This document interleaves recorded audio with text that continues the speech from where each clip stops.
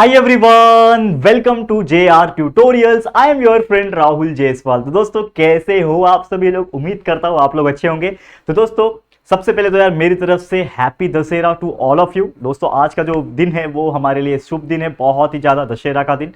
ठीक है, और आप जानते भी होंगे कि क्यों हमने इस दशहरा को सेलिब्रेट करना होता है, क्यों करना होता है। ऑब्वियसली हम जानते हैं कि बुराई के ऊपर अच्छाई की जीत हुई थी। यानी जब हमारे श्री राम ने जब रावण का वध किया था, उसकी खुशियां बनाने के लिए हमने इस दशहरा फेस्टिवल की शुरुआत की थी। बहुत ही सदियों से ये चीज़ चली आ रही है हमारे भारत देश के अंदर। तो यार सबसे पहले आप सभी को और आपके फैमिली को भी मेरी तरफ से हैप्पी दशहरा। ठीक है, तो आप जानते भी होंगे कि आपके यूनिट टेस्ट एग्जाम स्टार्ट हो चुके हैं, या फिर किसी के बहुत सारे स्टूडेंट्स के बहुत जल्दी स्टार्ट होने वाले हैं। तो आप लोग के लिए हमने प्रिपरेशन के लिए आरसीसी यानी रिवीजन क्रैश कोर्स आपके लिए पढ़ाना शुरू किया। वैसे पूरा सिलेबस ऑलरेडी हमने पढ़ा रखा है। 6 से लेकर 12 स्टैंडर्ड के बच्चों के हमारे इस चैनल के ऊपर ना आपको हर एक टाइप के लेक्चर वीडियोस मिल जाएंगे, जो कि आपको हेल्प करेगा आपके कंसेप्ट को क्लियर करने के लिए और आपको अच्छे मार्क्स लाने के लिए। लेकिन फिर भी हम आराम नहीं कर रहे हैं, छुट्टी का दिन है, फिर भी आपके लिए रिवीजन कोर्स बना रहे, ताकि यार आप लोग इसको देख के बहुत सारी चीज में रिवीजन कर सको, बहुत सारी नॉलेज इकट्ठा कर सको। तो प्लीज अच्छी तरीके से वीडियो देखो, पूरा देखो और अपने दोस्तों को भी शेयर करके बताओ, और ऐसे ही प्यार बनाए रखना अच्छे अच्छे कमेंट्स करके। ठीक है, चलिए शुरुआत करते हैं। तो आज का जो चैप्टर है वो है साइंस के लिए 7 स्टैंडर्ड का, जिसका नाम है मोशन, फोर्स एंड वर्क। बहुत इंपॉर्टेंट चैप्टर है और बच्चे लोग का रिकमेंडेशन भी आया, क्योंकि अगर देखोगे तो ये चैप्टर्स में कंटिन्यूस नहीं पढ़ा रहा हूं। बीच में मैंने 3 चैप्टर्स कंटिन्यू पढ़ाया, मतलब रिवीजन कराया। उसके बाद बहुत सारे चैप्टर्स ऐसे थे जिनको मैंने यहाँ पे अभी स्किप किया हुआ है फिलहाल में। तो टेंशन की कोई बात नहीं, आप पूरा चैप्टर्स, कोई भी चैप्टर पढ़ना चाहते हो बस यूट्यूब पे जाके सर्च करो, हमारे चैनल का नाम डाल के आपको वीडियो मिल जाएगा, आप देख सकते हो। लेकिन रिवीजन कोर्स जो आरसीसी में पढ़ा रहा हूँ, ये वही चैप्टर्स पढ़ा रहा हूँ जो जैसा जैसा डिमांड आ रहा है, जैसा ऐसा कॉमेंट्स आ रहा है। तो आप लोग कॉमेंट कर सकते हो कि आपको और कौन से चैप्टर्स का रिवीजन चाहिए। सिर्फ साइंस और मैथ्स ही पढ़ा रहा हूँ, बाकी एसएसटी वगैरह का देखना है तो वो ऑलरेडी लेक्चर वीडियो हमने बना के रखा है। कोई भी चैप्टर, हिस्ट्री, ज्योग्राफी, सिविक्स या फिर पॉलिटिकल साइंस जो भी है वो आप पढ़ सकते हो। चलिए, ज्यादा टाइम नहीं लेंगे आपका, फटाफट 15-20 मिनट के अंदर ये पूरा चैप्टर को देखना है, हम लोग को रिवाइज कराना है। तो सबसे पहले चैप्टर का नाम क्या है? देखो, फोर्स, मोशन एंड वर्क, ये चैप्टर है। तो सबसे पहले आपको पढ़ना है कि मोशन का मतलब क्या होता है। देखो, what do you mean by motion? तो motion is nothing but what, अगर हम बात करें, motion is nothing but a movement. Motion का मतलब क्या होता है? मूवमेंट। अब मूवमेंट होता कैसा है? जैसे एग्जांपल के तौर पे बताता हूं कि समझ लो कि मेरे पास क्या है, ये एक रिमोट है, ये एसी का यहां पे एक रिमोट मैंने ले लिया। अब ये रिमोट जो है वो आप मेरे हाथ के ऊपर रखा हुआ है और ये एकदम शांत है। अगर आप देखोगे ये एकदम शांत है, यानी कि एकदम रेस्ट पोजीशन में, एकदम स्टेशनरी पोजीशन में ये रुका हुआ है, ये कोई भी काम नहीं कर रहा है। करेक्ट है, यानी कि ना तो मूवमेंट कर रहा है ना तो कुछ कर रहा है। लेकिन जैसे ही मैंने क्या किया, अपने हाथों को थ्रू एक फोर्स अप्लाई किया तो ये मूव करने लगा। देखो, पहले यहां पे था, अब मैंने जैसे अप्लाई किया फोर्स तो ये मूव कर रहा है, मूव कर रहा है। इसका मतलब क्या हुआ कि जब भी कोई ऑब्जेक्ट के ऊपर कोई फोर्स लगता है तो वो क्या करता है? मूवमेंट करता है, and that movement is nothing but motion. इस मूवमेंट को हम लोग क्या बोलते हैं? मोशन। बट मोशन करने के लिए क्या चाहिए हम लोग को? फोर्स चाहिए। फोर्स क्या होता है? Force is nothing but the push और पुल। फोर्स का मतलब क्या होता है? It is nothing but push और पुल। मतलब कोई भी चीज को अगर आप धक्का लगाओ या फिर खींचो तो वो ताकत को हम लोग फोर्स बोलते हैं। जैसे मान लो इस ऑब्जेक्ट को मुझे इस तरफ धकेलना है तो मैं क्या करूंगा? पुश करूंगा। देखो, पुश किया, गया। और यही ऑब्जेक्ट को मेरे को अपनी तरफ खींचना है तो मैं क्या करूंगा? उसको पुल करूंगा। किया। तो आपने देखा होगा अक्सर बहुत सारे डोर होते हैं, आपने दरवाजे वगैरह देखे होंगे कांच के, खासकर आप मेडिकल शॉप में जाओ या फिर कुछ ऐसे जाओगे ना तो वहां पे पुश और पुल लिखा रहता है। अक्सर बचपन में मेरे साथ कंफ्यूजन होता था, पुश को पुल कर देता था, पुल को पुश कर देता था। तो आप लोग के साथ भी ऐसा होता है क्या? कमेंट करके फटाफट से बताओ किसके किसके साथ ये हुआ है कि गलती से पुश लिखा है तो आपने पुल कर दिया। तो आपको पता है पुश का मतलब क्या होता है? धक्का मारना, और पुल का मतलब खींचना। तो ये आपका क्या है? It is nothing but a type of force जो आप अप्लाई करते हो। करेक्ट है। और कौन कौन से टाइप के फोर्स होते हैं वो तो हमने अर्लियर चैप्टर्स में पढ़े हुए हैं, ऑब्वियसली आप जानते हो। अगला जो टॉपिक है वो है डिस्टेंस। अब डिस्टेंस का मतलब क्या है? It is defined as the length of actual path. ये क्या होता है? It is defined the length of actual path, यानी कोई भी चीज एक रास्ता है, समझ लो। ठीक है, अगर मैं बात करूं कोई भी एक रास्ता है, जैसे एग्जांपल के तौर पे अगर मैं बताऊं, ठीक है, एक सेकंड दे दो मुझे, बस एक छोटा सा डायग्राम बना के मैं आपको समझाना चाहता हूं। देखो, मान लो कि यहां पे ना, यहां पे किसी का घर है, ठीक है ना, यहां पे किसी का घर है, कोई एक व्यक्ति है, समझ लो ये जो घर है वो है राहुल का, ठीक है ना, मेरा घर है समझ लो, ठीक है। और यहां पे जो है ना, यहां पे एक और किसी का घर है, ठीक है, यहां पे क्या है? एक और किसी का घर है। अब मुझे इस घर से लेके जाने के लिए जो रास्ता है वो सीधा ऐसा है, ठीक है ना। तो यहां से यहां 2 किलोमीटर है और यहां से यहां 8 किलोमीटर है, मान लो, ठीक है ना, 2 किलोमीटर एंड 8 किलोमीटर। तो यहां पे क्या हुआ कि ये लड़का जो भी यहां से निकलेगा, मान लो राहुल निकल रहा है, ये समझ लो रोहन का घर है, ठीक है ना, मेरा भाई का घर है ये। तो यहां से वो लड़का निकला, यहां से गया गया गया गया गया और यहां तक पहुंचा। तो उसने 2 ट्रैवल किया, 2 किलोमीटर ट्रैवल किया और फिर यहां से 8 किलोमीटर ट्रैवल किया, यानी 2 + 8 कितना हो जाएगा? 10 हो जाएगा। यानी कि उस जगह का एक्चुअल में लेंथ कितना है, लंबाई कितना है उस जगह का, that is nothing but the 10 kilometre. तो हम लोग डिस्टेंस को मतलब क्या बोलते हैं कि एक पॉइंट से दूसरे पॉइंट तक की एक्चुअल में दूरी कितनी है, that is nothing but your distance. Distance का मतलब क्या होता है, एक जगह से दूसरे जगह तक का डिस्टेंस। समझ में आ रहा है, क्लियर है। तो ये था आपका डिस्टेंस, ठीक है, ये था आपका डिस्टेंस। अब वैसे ही डिस्प्लेसमेंट का मतलब क्या होता है, डिस्प्लेसमेंट का मतलब होता है shortest possible distance, shortest possible distance.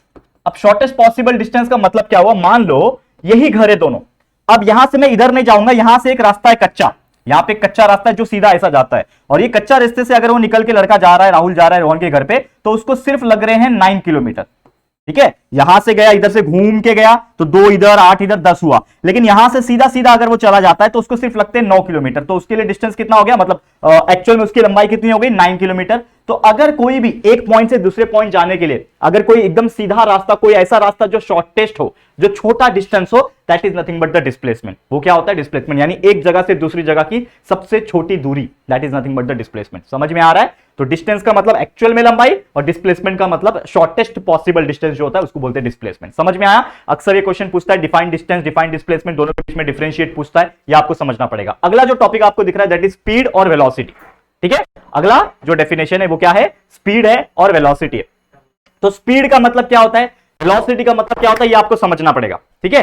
तो स्पीड का मतलब क्या है, अगर मैं आपको एक बहुत ही सिंपल तरीके से आपको डेफिनेशन अगर मैं बताने की कोशिश करूं, what do you mean by speed, तो speed is nothing but distance per unit time, distance per unit time. यानी कि अगर कोई ऐसा व्यक्ति उसने पर्टिकुलर डिस्टेंस कवर किया, मान लो 5 किलोमीटर डिस्टेंस कवर किया, कितने समय में कर रहा है, 1 घंटे में कर रहा है। तो मान लो वो 5 किलोमीटर का डिस्टेंस कवर कर रहा है, कितने में कर रहा है, 1 आवर में कर रहा है, 1 घंटे में कर रहा है। तो उसकी स्पीड कितनी हो जाएगी, 5/1 इज 5, और ये किलोमीटर और डिवाइड बाय आवर, यानी किलोमीटर पर आवर, यानी उसकी स्पीड कितनी हो जाएगी, 5 किलोमीटर पर आवर। तो स्पीड क्या हुआ, एक्चुअल में आप जब भी बाइक चलाते हो, गाड़ी चलाते हो, समझ लो आप तो छोटे हो, आप बाइक गाड़ी नहीं चलाते होंगे, लेकिन आपके फादर के साथ आपके भाई या फिर कोई एल्डर्स होंगे, उनके साथ अगर आप बैठते होंगे गाड़ी पे, तो आपने नोटिस किया होगा कि उसमें एक स्पीडोमीटर होता है जो स्पीड को बताता है कि 10 की स्पीड है, 20 की स्पीड है, 50 की स्पीड है। आप कार में अगर बैठते होंगे अपने पेरेंट्स के साथ, तो उसमें भी स्पीड होती है ना, 50, 100, 150, 200 की स्पीड होती है। तो स्पीड क्या बताता है कि आप कितना डिस्टेंस कवर करोगे, कितनी दूरी कवर करोगे, कितने समय में,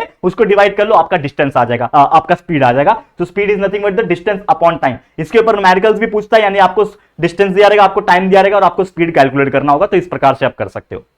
तो इसका यूनिट क्या हो जाएगा, किलोमीटर पर आवर, और एसआई यूनिट अगर आप देखोगे तो मीटर पर सेकंड भी हम लोग बोलते हैं, ठीक है ना। मीटर पर सेकंड मतलब 1 सेकंड में कितना मीटर कवर कर रहा है, तो मीटर पर सेकंड इसका यूनिट हो जाएगा, ठीक है, एसआई यूनिट याद रहेगा। नेक्स्ट है वेलोसिटी। अब स्पीड का मतलब भी तेजी होती है, गति होती है, वेलोसिटी की मतलब भी तेजी होती है, गति होती है। जैसे डिस्टेंस और डिस्प्लेसमेंट को हिंदी में अगर मैं बोलूं, दूरी, दोनों के बीच में कितना दूरी है, वही होता है दोनों का मतलब। यहां पे भी दोनों की स्पीड या फिर कितना उसका गति है, कितना उसका तेजी है, that is nothing but speed and velocity. लेकिन वेलोसिटी में बेसिक फर्क क्या है कि speed is equal to distance upon time था, वेलोसिटी जो है दोस्तों is equal to displacement upon time. Velocity क्या है, डिस्प्लेसमेंट अपॉन टाइम। यानी कि अगर मैं इसको प्रैक्टिकली अगर मैं बात करूं कि आपका जितना डिस्प्लेसमेंट होगा, यानी उस जगह से उस जगह जाने का सबसे शॉर्टेस्ट डिस्टेंस जो होगा, जो कि डिस्टेंस से अलग होगा, क्योंकि डिस्टेंस और डिस्प्लेसमेंट में फर्क है। जैसे मैंने बोला, यहां पे देखो 10 किलोमीटर आ रहा है, यहां पे 9 किलोमीटर ही आया, तो हो सकता है डिस्प्लेसमेंट कम हो। तो डिस्प्लेसमेंट को अगर टाइम से डिवाइड करोगे तो आपका जो वैल्यू आएगा वो रहेगा आपका वेलोसिटी, और इसकी भी जो यूनिट होगी वो सेम ही रहेगी, किलोमीटर पर आवर रहेगी, और इसका जो ऐसा यूनिट रहेगा वो मीटर पर सेकंड ही रहेगा। समझ में आ रहा है। बस बेसिक फर्क याद रखना, speed is equal to distance upon time, velocity is equal to displacement upon time. समझ में आ रहा है, ये बेसिक फर्क है। इसको अगर आप समझ जाओगे, बहुत आसान है आपके लिए साइंस पढ़ना, और बहुत ही ईजी है, कोई परेशानी आप लोग को नहीं होगी, ठीक है। चलो नेक्स्ट टॉपिक पे चलते हैं। अगला टॉपिक है acceleration. What do mean by acceleration. गाड़ी देखा है, गाड़ी, बाइक देखा होगा, कार देखा होगा, तो बाइक खासकर या फिर स्कूटी आपने देखा होगा, तो एक राइट साइड में एक चीज होती है जिसको हम लोग भ्रम भ्रम करते हैं, बराबर, that is nothing but the accelerator. उसको हम लोग क्या बोलते हैं, एक्सेलरेटर। एक्सेलरेटर का काम क्या होता है, स्पीड को बढ़ाना, और अगर ऐसा कर दो तो स्पीड कम भी होता है। यानी कि एक्सेलरेशन का मतलब हो जाएगा, acceleration is the change in velocity पर यूनिट टाइम।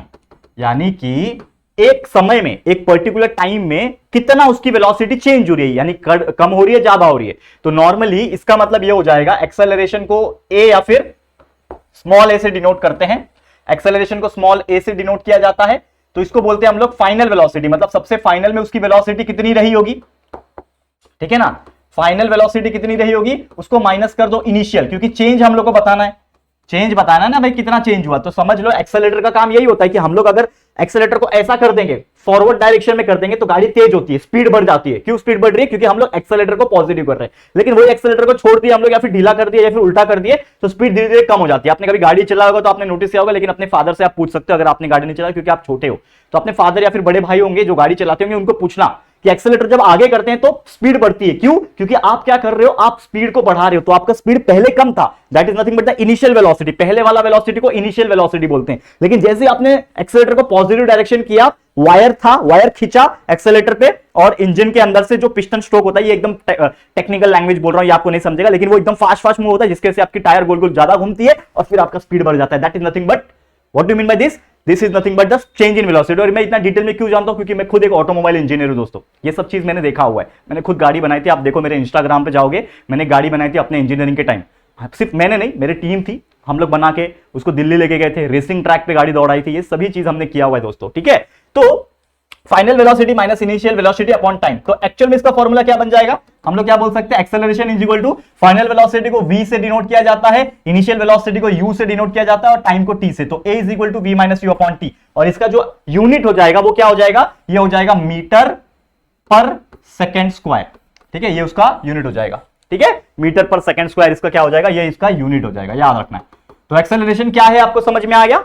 एक्सेलरेशन भी तीन टाइप के होते हैं, पॉजिटिव, नेगेटिव और जीरो। पॉजिटिव जब आगे कर रहे हो पॉजिटिव, पीछे कर रहे हो नेगेटिव, और कुछ नहीं कर रहे हो तो जीरो एक्सेलरेशन, याद रखना। नेक्स्ट है आपका फोर्स, ये बहुत इंपॉर्टेंट चीज है। जैसे मैंने आपको बताया फोर्स क्या है, force is defined as the push और पुल ऑफ एन ऑब्जेक्ट।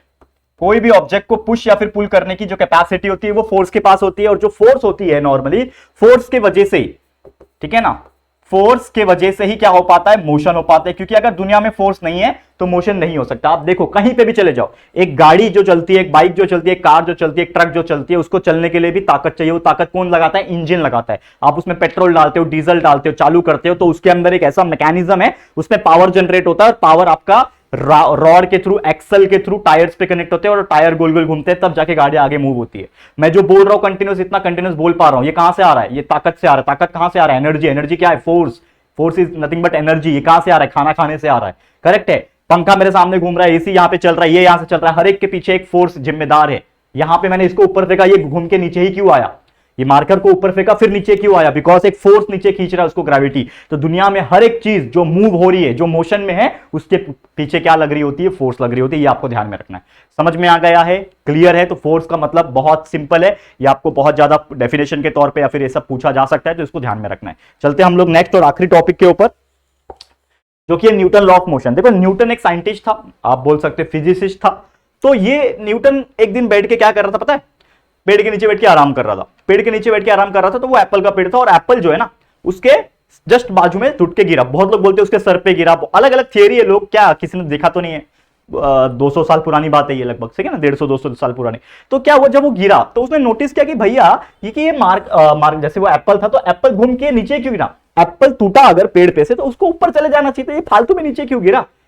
कुछ लोग बोलते हैं कि सर एप्पल के जगह पे ना नारियल होना चाहिए, नारियल और उसके सर पे गिरना चाहिए था, बेचारा उधर ही ऊपर चले जाता हो फिर हमें पढ़ना ही नहीं पड़ता न्यूटन फ्यूटन, क्या इतना सारा पढ़ने का, बराबर ना। बहुत सारे लोग ऐसे बोलते हैं। तो चलो यार मजाक की अलग बात है, लेकिन उसने ये चीज सोचा।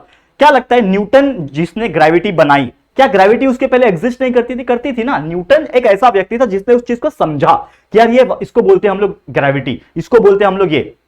तो न्यूटन वो था जिसने उस चीज के बारे में सोचा। आज भी दुनिया में ऐसी कितनी सारी चीजें हैं जिसके ऊपर हमारी नजर डालती है, लेकिन हम लोग सोचते नहीं है, हम लोग बस उस चीज को समझ लेते हैं, हाँ ये तो ऐसे ही है यार, ठीक है ना। कभी उसके फिलोसॉफी को समझो, ये क्यों हो रहा है, इसके पीछे का साइंस समझो, और जो चीज वो समझते हैं वो इंजीनियर बनते हैं, डॉक्टर बनते हैं, या फिर कोई भी अच्छे साइंटिस्ट बनते हैं। और ऐसे लोग बहुत कम है दुनिया में। तो आप में से ऐसे बहुत सारे लोग मैं बनाना चाहता हूं कि आप लोग हर चीज के बारे में सोचो कि अगर ये चीज ऐसा है तो ऐसा क्यों है, इसके पीछे का लॉजिक समझो, साइंस समझो, तब जाके आप उस बड़े लेवल पे बन जाओगे। और कुछ ऐसा चीज को डिस्कवर कर दो, इन्वेंट कर दो जो कभी ना किसी ने किया हो, और फिर तो यार मतलब आप ऐसे व्यक्ति बन जाओगे जिसकी बहुत ज्यादा इज्जत होगी समाज में। आप देखो हम न्यूटन को पढ़ना पड़ रहा है, सोचो उसको तो मरे हुए लगभग 200 साल हो गए होंगे, 150-200 साल जो भी हुए रहेंगे, लेकिन आज भी हम उसको याद करते हैं, उसकी थियरी पढ़ रहे, उसके लॉ पढ़ रहे। तो वही चीज हमें पढ़ना है, Newton law of motion. Newton के 3 लॉ थे दोस्तों, जो कि आपको ज्यादा नहीं पढ़ना है, लेकिन मैं आपको फिर भी रफ में बता देता हूं क्योंकि आप ये 9th स्टैंडर्ड में पढ़ोगे डिटेल में। तो न्यूटन का फर्स्ट लॉ क्या बोलता है कि कोई भी ऑब्जेक्ट तब तक अपनी जगह पे रहेगा जब तक इसको कोई अपने फोर्स से हिला ना सके, यानी कि any object continue at its rest position unless and until an external force is applied on it. यानी कि एक एग्जांपल देता हूं, ये मेरा हाथ है, इसके ऊपर मैंने मार्कर रख दिया। अब ये मार्कर कुछ भी कर लो, 50 साल के बाद भी अगर ये ऐसे ही का वैसे ही रहेगा, मतलब अगर इसके ऊपर कोई ताकत नहीं लग रही है, कोई फोर्स नहीं लग रही है, कोई हवा नहीं लग रही है, तो ये मार्कर वैसे का वैसे ही पड़ा रहेगा अपनी जगह पे। ठीक है ना, दुनिया में बहुत सारी ऐसी चीजें जो अपनी जगह पे पड़ी है वैसी की वैसी, क्यों? क्योंकि उसके ऊपर कोई ताकत नहीं लग रहा है। तो ये न्यूटन का फर्स्ट लॉ है कि दुनिया में कोई भी ऑब्जेक्ट अपने पोजीशन में ही रहेगी। अगर वो रेस्ट पोजीशन में तो रेस्ट पे ही रहेगी, अगर वो मूविंग में है तो मूविंग ही रहेगी। जैसे एग्जांपल के तौर पे कोई भी चीज है, ठीक है ना, कोई भी चीज ले लो, जैसे ये मार्कर। अब ये मार्कर जो है इसको मैं ऊपर फेंक रहा हूं तो ये सिर्फ ऊपर ही ऊपर जाना चाहिए, लेकिन ये नीचे क्यों आया? बिकॉज एक फोर्स उसको खींच रहा है, तो फोर्स तो लग रहा है ना, तो ये मूविंग जो है वो नहीं रहा। तो कोई भी चीज को मूव करवाने के लिए तो एक फोर्स चाहिए, मूवमेंट को रोकने के लिए भी एक फोर्स चाहिए, तो वही होता है आपका न्यूटन का फर्स्ट लॉ। सेकंड लॉ क्या बोलता है आपका? फर्स्ट लॉ क्या बोलता है? कोई भी ऑब्जेक्ट रेस्ट पे रहेगा जब तक उसको फोर्स ना लगाए, फिर जाके वो मोशन में आएगा, और मोशन में आ गया तो फिर वापस से फोर्स लगाओगे तो फिर जाके वो रेस्ट पे आएगा। तो इस प्रकार से न्यूटन फर्स्ट लॉ बोलता है, ठीक है ना। न्यूटन का सेकंड लॉ बोलता है कि जो फोर्स है वो डायरेक्टली प्रोपोर्शनल होता है अप्लाइड फोर्स, जो आपका rate of change of momentum जो होता है, यानी कि F is equal to ma की बात हम लोग करते हैं। Rate of change of momentum जो होता है वो डायरेक्टली प्रोपोर्शनल होता है अप्लाइड फोर्स पे। अगर आपने देखा होगा मोमेंटम की, अगर मैं बात करूं, कोई एक छोटी गाड़ी और एक बड़ी गाड़ी है, एक छोटी गाड़ी से अगर आपका एक्सीडेंट होता है तो डैमेज ज्यादा होगा कि बड़ी गाड़ी से एक्सीडेंट होता है डैमेज ज्यादा होगा? ऑब्वियसली बड़ी गाड़ी से होगा, क्योंकि बड़ी गाड़ी के पास वजन ज्यादा है, फोर्स ज्यादा है, तो momentum is directly proportional to force. तीसरा क्या होता है? To every action there is equal and opposite reaction, equal and opposite reaction. ये क्या बोलता है? इसका मतलब क्या है? अब देखो नॉर्मली क्या होता है कि कोई भी चीज, जितना ताकत उसके ऊपर लगाओगे बदले में उतना ही ताकत आपको मिलेगा। जैसे एग्जांपल के तौर पे एक बॉल है मेरे पास, एक रबड़ी बॉल ले लिया, सामने मेरे दीवार में, वो बॉल को फेंक के मारा तो बॉल मेरे पास वापस आएगा, मैं कैच कर लूंगा, करेक्ट है, क्योंकि दीवार पे वो टकराएगा वापस आ जाएगा, ठीक है। लेकिन अगर मैंने उस बॉल को एकदम हल्लू से छोड़ा, एकदम धीरे से छोड़ा, तो बॉल भी एकदम धीरे से आएगा। लेकिन वही बॉल को एकदम ताकत लगा के फेंका तो बॉल भी एकदम ताकत से मेरे पास आएगा, करेक्ट है कि नहीं? जितना जोर से फेंकोगे उतने ही जोर से वापस आएगा, जितना धीरे फेंकोगे उतने ही धीरे से वापस आएगा। तो इसका मतलब क्या है? जो भी एक्शन आप करते हो उसका बदले में अपोजिट रिएक्शन सेम वैसा ही होता है, अगर आप जितना ताकत लगाओगे उतना ही मिलता है। तो to every action there is a equal and opposite reaction. Rocket उड़ता है, रॉकेट कैसे उड़ता है? क्योंकि आप जमीन के ऊपर एक फोर्स लगा देते हो, पीछे से आग निकलती है, देखा है आपने? कोई रॉकेट, अपना दिवाली आ रही है, अभी रॉकेट छोड़ोगे ना तो पीछे से क्या निकलती है? चिंगारी निकलती है, जिसके वजह से रॉकेट को क्या मिलता है? एक पुश मिलता है, एक ताकत मिलती है ऊपर जाने के लिए। तो सेम वही कॉन्सेप्ट होता है जो बड़े बड़े रॉकेट, सैटेलाइट जब लॉन्च होता है उसमें यूज किया जाता है। समझ में आ रहा है? क्लियर है? तो ये था आपका न्यूटन का लॉ ऑफ मोशन। एक लास्ट टॉपिक है वर्क डन। कोई भी काम करने के लिए, जैसे मैंने बोला ये ऑब्जेक्ट है या फिर एक कार है, समझ लो कार नहीं है, खिलौना है। अब ये खिलौने को आगे मूव करवाना है मुझे, क्या करूंगा मैं? फोर्स लगाऊंगा, या तो इस डायरेक्शन में फोर्स लगाऊंगा या तो इस डायरेक्शन में फोर्स लगाऊंगा। तो जब भी ये फोर्स लगाऊंगा मैं, तो क्या हो जाएगा? ये ऑब्जेक्ट पहले इधर था, ये हो सकता है मूव होके यहां पे आ जाए, ठीक है ना, मूव होके यहां पे आ जाए। तो मतलब क्या हुआ? यहां से यहां उसका क्या हुआ?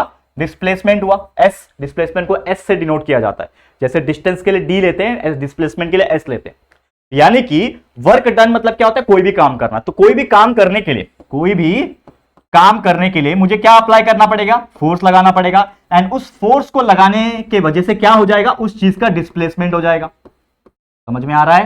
क्या बताने की कोशिश कर रहा हूं कि कोई भी काम करने के लिए, आप मान लो कोई काम करना है, जैसे मान लो कि ये जो क्या बोलते हैं, रिमोट पड़ा है मेरे पास, यहां से मैंने उठाया और यहां पे रखा, तो मैंने क्या किया? काम किया। मैं क्या बोलूंगा? मैंने काम किया। काम तो ऐसे ही होता है ना भैया, ये मैंने काम किया, मैंने वर्क किया। लेकिन ये वर्क हुआ कैसे? जब मैंने अपनी ताकत से, यानी एक फोर्स से, उस टेबल से मैंने वो अपना क्या बोलते हैं यार इसको, मैं भूल जाता हूं, रिमोट को मैंने टेबल से उठाया और यहां पे रखा, तो मैंने क्या किया? एक वर्क डन किया। वर्क डन करने के लिए मुझे क्या लगाना पड़ा? फोर्स लगाना पड़ा। जैसे ही मैंने फोर्स लगाया, उस टेबल से यहां पे मेरे हाथ तक पहुंचा वो चीज, तो क्या हो गया? दोनों के बीच में डिस्प्लेसमेंट हो गया, यानी एक जगह से दूसरी जगह ऑब्जेक्ट मूव हुआ, शॉर्टेस्ट डिस्टेंस ना, तो डिस्प्लेसमेंट हुआ। तो इसका मतलब क्या बोल सकता हूं कि कोई भी काम करने के लिए, यानी कोई भी वर्क डन करने के लिए मुझे क्या चाहिए? फोर्स और डिस्प्लेसमेंट चाहिए। तो वर्क डन को लिखते हैं W से, फोर्स को लिखते हैं F से, मल्टीप्लाई बाय डिस्प्लेसमेंट को लिखते हैं एस से, तो W is equal to F multiply S, this is the formula for doing the work done. कोई भी वर्क डन आपको कैलकुलेट करना है या फिर करना है तो फोर्स और डिस्प्लेसमेंट को आपस में क्या करना पड़ेगा, आपको मल्टीप्लाई करना पड़ेगा। समझ में आया? तो यही था दोस्तों हमारा आज का टॉपिक्स। इस पूरे चैप्टर का हर एक टॉपिक का हमने ऑलमोस्ट रिवीजन करा दिया है आप लोग को। उम्मीद करता हूं ये बेहतरीन तरीके से ये जो 20-22 मिनट का जो लेक्चर बना है आपके लिए, ये आपके लिए बहुत काम का होगा और बहुत अच्छी तरीके से जिसको कुछ नहीं आता होगा उसका रिवीजन हो गया होगा, और जिसको आपने पहले से इस चैप्टर का अगर कंसेप्ट लेक्चर वीडियोस जो देखा है हमने जो पहले से बना के रखा है व्हाइट बोर्ड वाले, अगर आपने वो वीडियोस देखे होंगे और ये भी देख लिया होगा तो मैं गारंटी के साथ बोल सकता हूं कि आपका कंसेप्ट इतना स्ट्रांग हो गया होगा। अगर आप लर्न करने जाओगे तो आपको ये सब चीज बहुत ईजी लगेगा और अच्छे से अच्छा मार्क्स आप एग्जाम में निकाल पा रहे होंगे। ठीक है, तो चलो फिर इसी के साथ आज का लेक्चर को एंड करते हैं। उम्मीद करता हूं आपको काफी अच्छा लगा होगा ये लेक्चर। कैसा लगा है तो जरूर से कमेंट करके बताना। वीडियो पसंद आया है ऐसे ही और भी लेक्चर्स के लिए प्लीज वीडियो को लाइक करें, अच्छा कमेंट करें और अपने दोस्तों के साथ शेयर करें। जितने भी आपके साथी के फ्रेंड्स हैं उनको बताओ कि हमारे चैनल पे एक तो पूरा सिलेबस भी प्रेजेंट है, पूरा पढ़ा के हर वीक वीडियो, हर एक चैप्टर का वीडियो भी मिल जाएगा आपको हर सब्जेक्ट का, साथ ही में आपको रिवीजन लेक्चर्स भी मिल जाएगा। तो उनको बताओ, उनको शेयर करो वीडियोस हमारे, तभी तो यार उनको पता चलेगा ना। तो प्लीज सब्सक्राइब कर देना अगर आपने अभी तक सब्सक्राइब भी नहीं किया होगा तो। ठीक है दोस्तों, चलो आज के लिए इतना, जल्दी मिलेंगे फिर एक और नई वीडियो में। तब तक के लिए thank you and good bye.